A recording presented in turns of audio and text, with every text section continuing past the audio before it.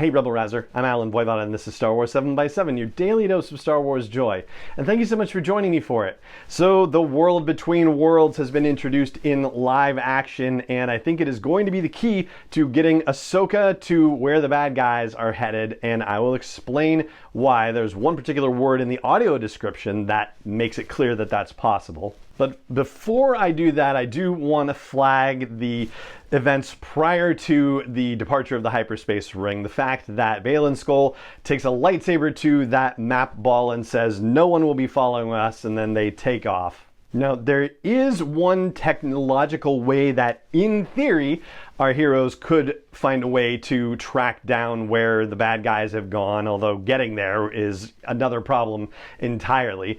Remember in that second episode when Chopper tagged the transport craft that was carrying that last hyperdrive to Cetos, right? So in theory, if that tracking device is still on that transport, then they might be able to receive a signal from that thing. But number one, it is so far away that it would probably take a really long time for them to get that signal, and useless at that point.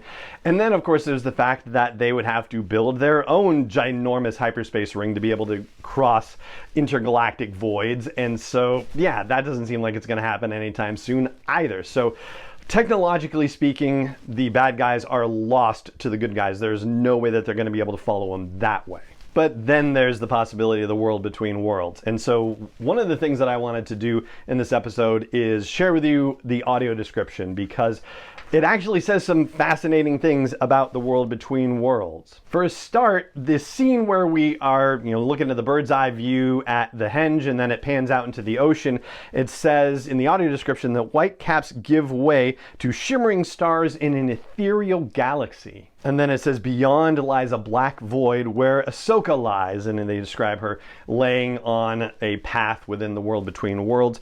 And as she stirs, it says, ripples of cosmic dust emanate from an outline around her body. And when she stands up, the pathway that she's on is described as being composed of stardust particles that stretches infinitely into the black void of space. And as she looks around, the audio description describes other strings of similar arteries that bridge the interstellar vacuum around her. And then the shot from below looking up at her describes a lucent catwalk, and I had to look up lucent just to be sure that is glowing or giving off light. And it talks about, her feet underneath her twinkling with a celestial glow.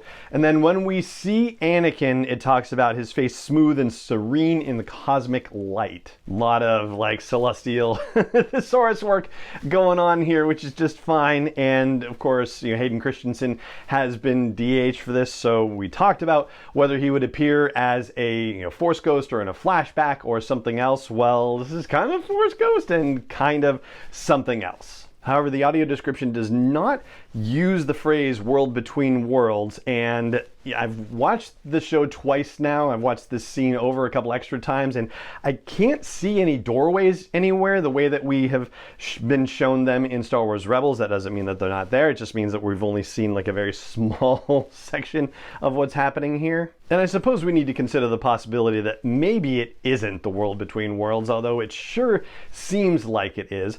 But if it is, then it also tells us that the world between worlds is not just a gateway between time and space and whatnot, but it's also kind of a force limbo or a force purgatory in a sense, where a person could potentially go and decide to be done with their life and either become a Force Ghost and be absorbed in the Force, or to go back to their body and live while they still are able to recover from whatever caused them to go into the world between worlds in the first place. And even if you have already died and given yourself up to the cosmic force and are able to walk the path to immortality, as Yoda put it, and become a Force Ghost, you're also able to manifest yourself in this world between worlds as well. The thing that occurs to me, though, is that arguably it's probably easier as a Force Ghost to manifest yourself in the world between worlds than it is to manifest yourself in a quote-unquote real world way. And yet the descriptions of the world between worlds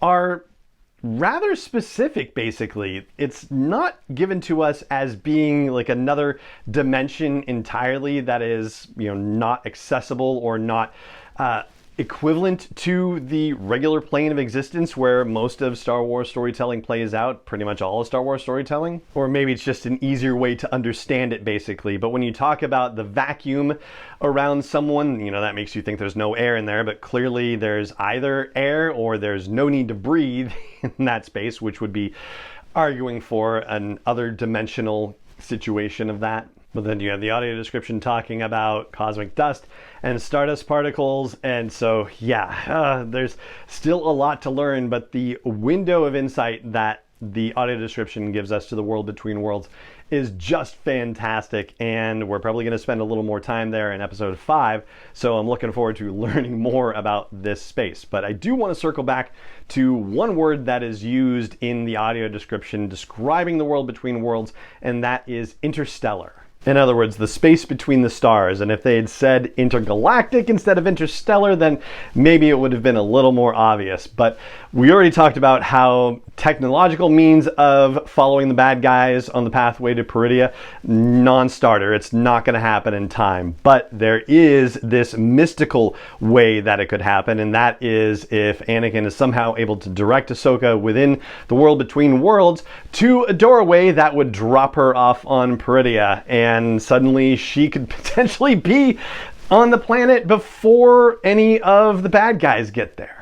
I did wonder briefly if we might see Purrgil flying around in the world between worlds, and I didn't happen to see that, although I've seen suggestions that, you know, maybe they are floating around some in various places where it's really hard to see them through, you know, clouds and mist and whatnot. So it's possible that that's part of their migratory path that it goes through the world between worlds. It's hard to say for sure. But yeah, the point I'm getting at is this is how Ahsoka is going to get to wherever Thrawn and Ezra are. And, you know, it's also possibly a way back, or, you know, they hijack the hyperspace ring. Wouldn't that be fun too? But with all this talk about war, I don't know how you send a hyperspace ring out to this other galaxy without then bringing Thrawn back into this galaxy. I can't see how they would do all that setup for them not to make it back with the ultimate bad guy safely and cause problems for not only the rest of the series, but then also for future Star Wars storytelling series and whatever movie Dave Filoni is working on. So that's what I've got for you on the deep dive episode, talking about what we learned from the audio description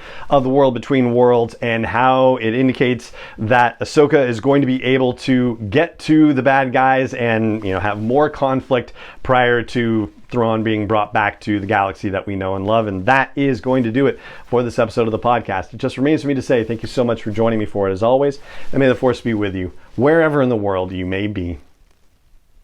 Star Wars 7x7 is not endorsed or sponsored yet by Lucasfilm Limited, Disney, or 20th Century Fox, and is intended for entertainment and information purposes only. Star Wars, the Star Wars logo, all names and pictures of Star Wars characters, vehicles, and any other Star Wars related items are registered trademarks and/or copyrights of Lucasfilm Limited, or their respective trademark and copyright holders. May the Force be with them. All original content is copyrighted by Star Wars 7x7. We hope you love it.